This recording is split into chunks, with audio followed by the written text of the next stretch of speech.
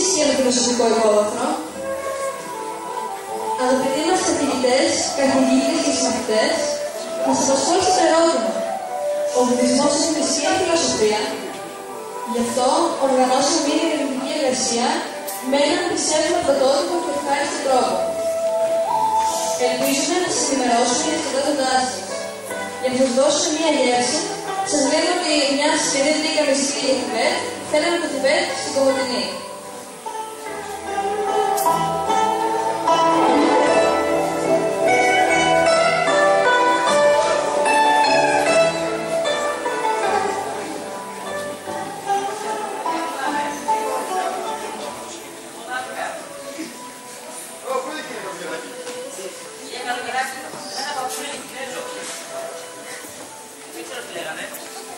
Κώστα, μην απομακρύνεσαι.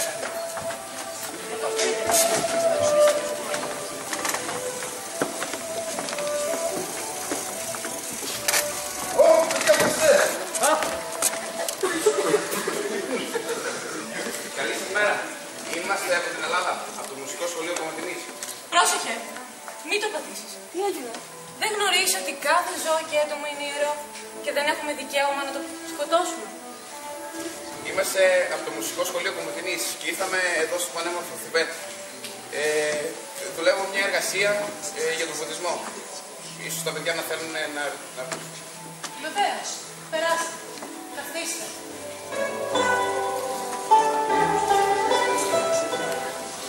Νομίζω πως είστε κατάλληλοι για να μας απαντήσετε. Τι ακριβώς είναι ο βουδισμός? Ο βουδισμός είναι πάνω απ' όλα ένα πλήθος παραδόσεων και διαιρείται σε δύο μεγάλους κλάδους. Τον Χιναγιάνα, που σημαίνει μικρό όχημα, και τον Μαχαγιάνα, που σημαίνει μεγάλο όχημα. Ιδρυτής του βουδισμού ήταν ο Σιντάρτα Γκαουτάμα. Όταν ήταν νέος, βίωσε μια κρίση σχετικά με το νόημα της ζωής και εγκατέλειψε την πριγκιπική ζωή. Μετά από μια βραδιά περισυλλογής, είχε μια πνευματική εμπειρία και έγινε Βούδας. Βούδας σημαίνει φωτισμένος. Είπατε για Χιναγιάνα και Μαχαγιάνα. Ποια είναι η διαφορά τους? Στον Χιναγιάνα βουδισμό, το ιδανικό είναι να αποκτήσει ο άνθρωπος την αντίληψη για ένα καλύτερο άνθρωπο και μια αντίληψη της αληθινής πραγματικότητας. Αυτό είναι κάτι που μπορούν να επιτύχουν μόνο οι μοναχοί. Ενώ το μόνο που μπορούν να κάνουν οι λαϊκοί άνθρωποι είναι να ελπίζουν σε μια καλύτερη αναγέννηση και να προσπαθούν να φτιάξουν ένα καλύτερο κάρμα. Στο Χιναγιάνα βουδισμό πιστεύετε πως τα όντα δεν είναι πραγματικά, επειδή στερούνται το πραγματικό τους εαυτό. Βούδας είναι μια υπερβατική πραγματικότητα. Από αυτό το απόλυτο διαρρέει ένα διαστρωμένο σύμπαν που αποτελείται από χιλιάδες κόσμους, από όπου απορρέουν χιλιάδες Βούδες. Νιρβάνα, τι ακριβώς? Τι, θα φάμε παγωτό? Νιρβάνα σημαίνει σβήσιμο. Η πάυση της ύπαρξης είναι το ιδανικό για κάθε βουδιστή. Γιατί μόνο έτσι πάβει να επιθυμεί κανείς και επομένως να υποφέρει.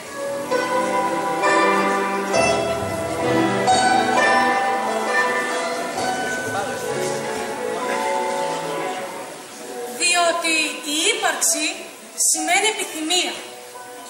Η ανεκπλήρωτη επιθυμία γεννά τον πόνο. Άρα, πάω να υπάρχω σημαίνει πάω και να πονώ.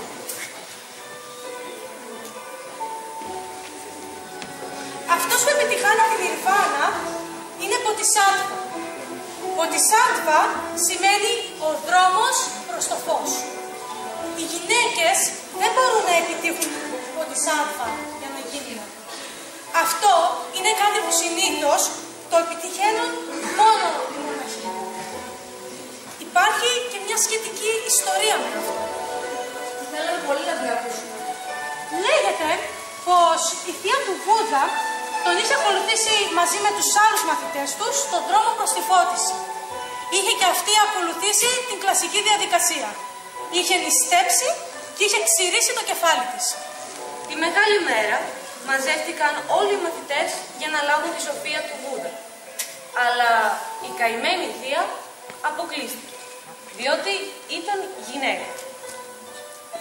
Βέβαια, οι γυναίκες δεν απαγορεύεται να καταφύγουν στον μοναχισμό. Απλά δεν μπορούν να περάσουν σε νιρβάνα.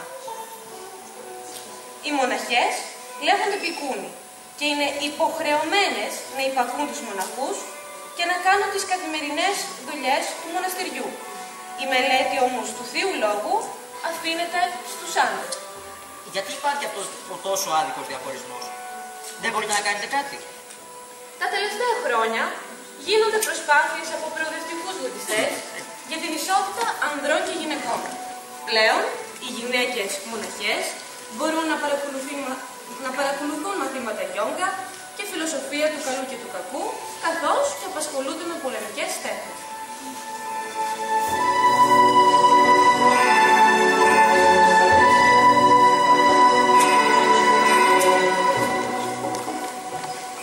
Λίγο πιο κάτω μας έδωσε αυτό σημαίακια. Τι ακριβώς είναι?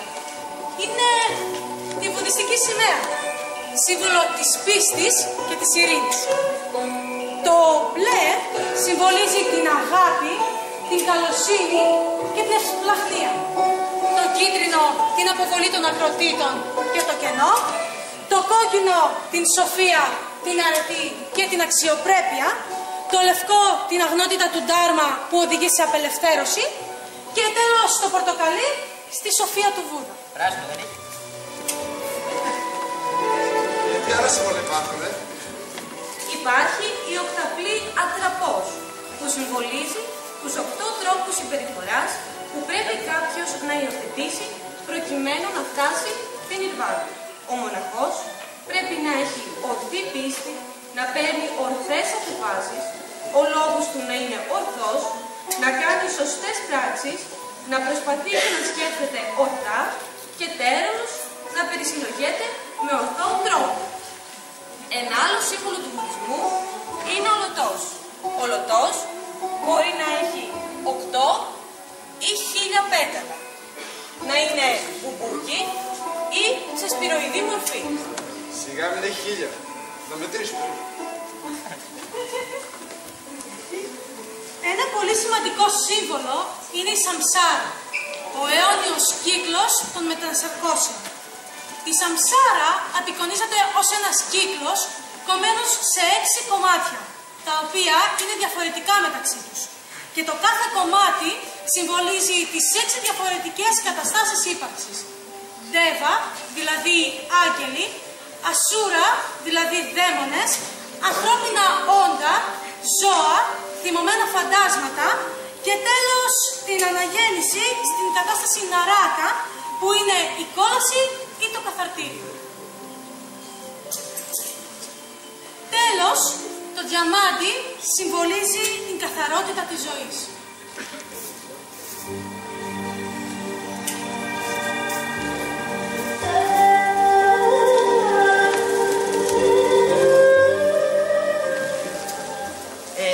Λίγο πριν να έρθουμε εδώ, ένας σχιστομάτης παππούλης μας έλεγε κάτι περίεργα, αλλά θα σας ρωτήσω αργότερα.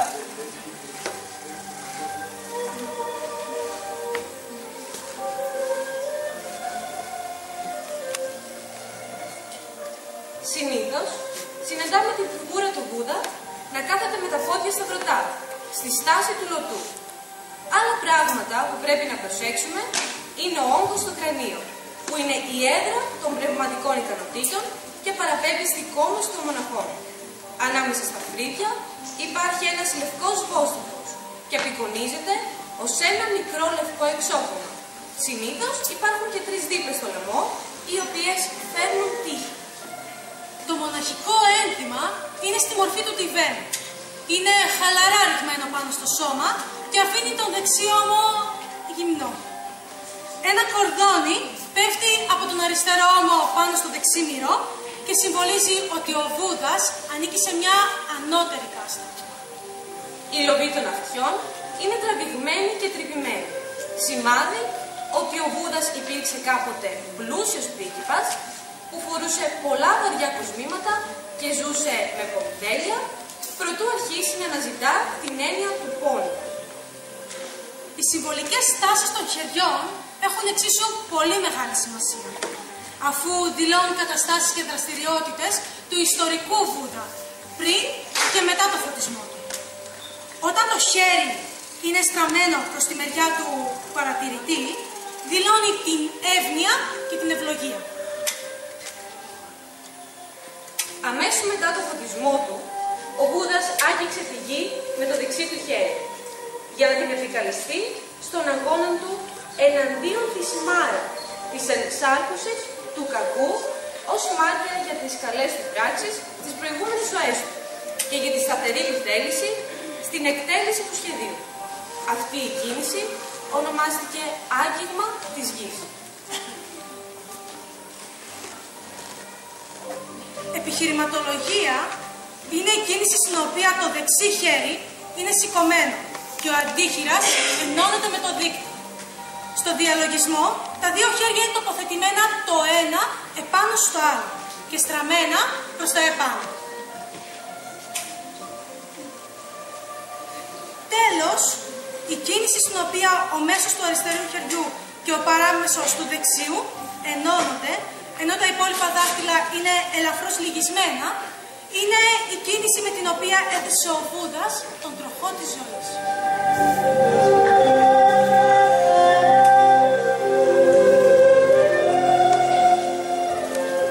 Για αυτό το παππούλι που σας έλεγα πριν, το συναντήσαμε λίγο πριν να έρθουμε εδώ. Μας έλεγε κάτι σοφά ρητά, σαν παραβολές ήταν άμα γνωρίζετε. Ξέρετε κι εσείς τέτοια? Ναι, προφανώς σας έλεγαν βουδιστικά αποθέγματα σοφίας. Φυσικά και γνωρίζουμε, να σας πούμε, παρόμοιες κουβέντες. Αλλά θα μπορούσατε να μας αναφέρετε τα λόγια αυτά?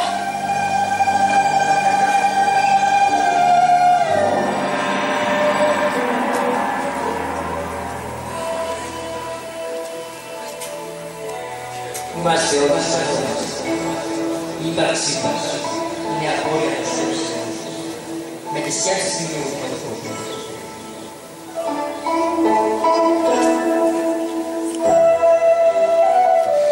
Όταν κρατάς το θυμό σου, είναι σαν να βάλεις ένα καυτό κάτι με την πρόταση που ρίξεις σε κάποιον άλλο.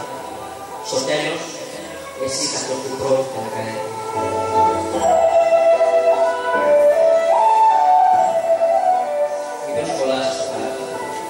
Μην το μοιράζεσαι στο πέρα. Συγκέντρωσε το μυαλό σου στο πέρα.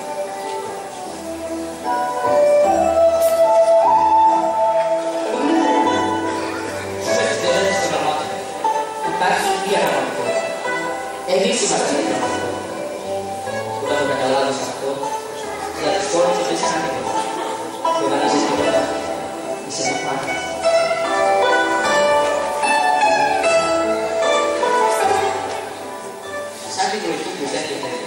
Στο άσχημα στο μαγικό σου. Έτσι και ο πόκρος της αντιμετώπου που δεν είναι ευθύς.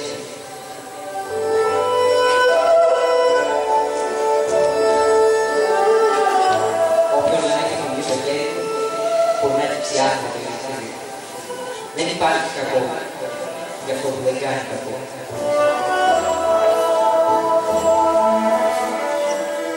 Ένα κερί μπορεί να ανοίξει χιλιάδες άλλα. Χωρίς να χαθεί η δική του χρόνο. Η χαρά που τελειώνει η ώρα δεν είναι.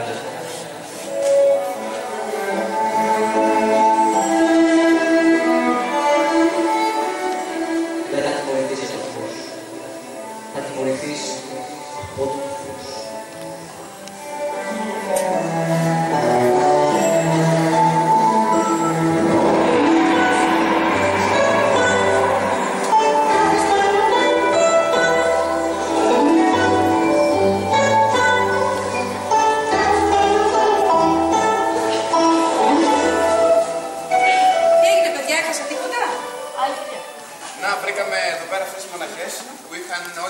διάθεση να απαντήσουν στα ερωτήματα των παιδιών. Και λοιπόν που καταλήξαμε, ο βουδισμός, θρησκεία ή φιλοσοφία. Κάνατε εργασία ή δεν κάνατε, τόση ώρα. Λοιπόν, ο βουδισμός είναι θρησκεία. μάλιστα ένα από τα αρχαιότερα θρησκεύματα και αυτό φαίνεται στο ότι συμπεριλαμβάνει ένα ευρύ φάσμα θρησκευτικών δοξασιών, αρχών, τελετουργιών, εθήμων, θεσμών και ηθικών κανόνων που αποδίδονται στο Βούδα. Με τη βοήθεια όλων αυτών, ο βουδιστής καλείται να φτάσει στο τέλειο, που είναι η ανυπαρξία. Όσο οξύμορο και αν ακούγεται αυτό, κάποιοι είπαν ότι ο βουδισμός είναι μια άθεη θρησκεία. Άθεη θρησκεία.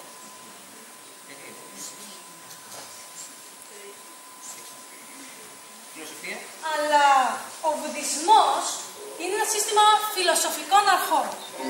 Δεδομένου μάλιστα ότι γενικά για τους βουδιστές δεν υφίστανται ένας ή περισσότεροι θεοί, υπάρχουν διαφορετικά, πιστεύω, ακόμα και σχετικά με τη θεϊκότητα του προσώπου του Γκαουτάμα Βούδα.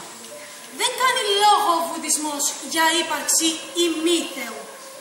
Ο Βούδας δεν είπε ποτέ ότι είναι Θεός. Δεν είπε ποτέ πως είναι Θεός.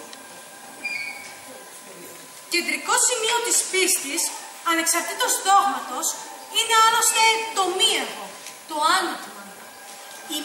Η απόλυτη μη ύπαρξη του ατομικού προσώπου, η νιρβάνα, η πάυση της ύπαρξης. Για τους βουδιστές, το κεντρικό ζήτημα δεν είναι η θεότητα ή μη του Βούδα, αλλά η αλήθεια της οδύνης και η διδασκαλία για τον τερματισμό της. Και τερματίζεται η οδύνη και ο πόνος μόνο με τον τερματισμό της ύπαρξης.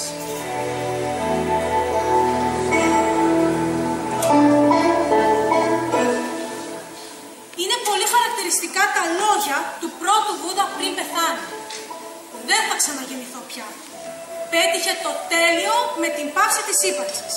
Έφτασε στην Νιρβάνα και αυτό για τον βουδιστή είναι αυτό που εσείς λέτε παράδεισος.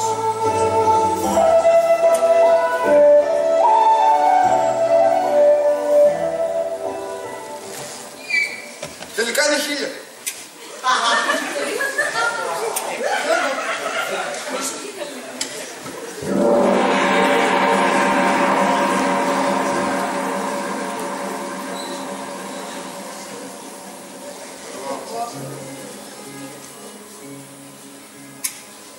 Ήταν μια παραγωγή του Μουσικού Κομμωτινής.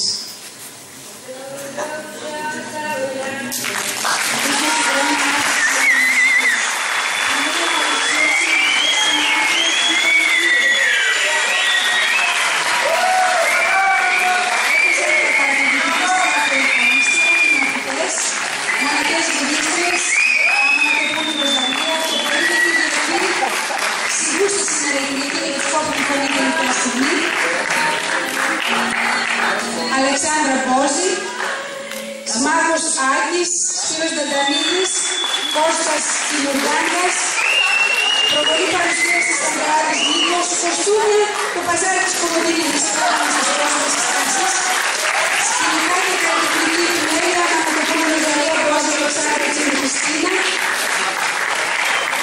Επιμέλεια είναι φωτισμός Μπάτζιος Γιώργος Παπαθρίστου Νικόλας και ο Χρυσόστομος Εκτάκτος, πολύ ευχαριστούμε. Σενάριο συνοδεσία Καντανίδης Σύρος Τσίνη Χριστίνα.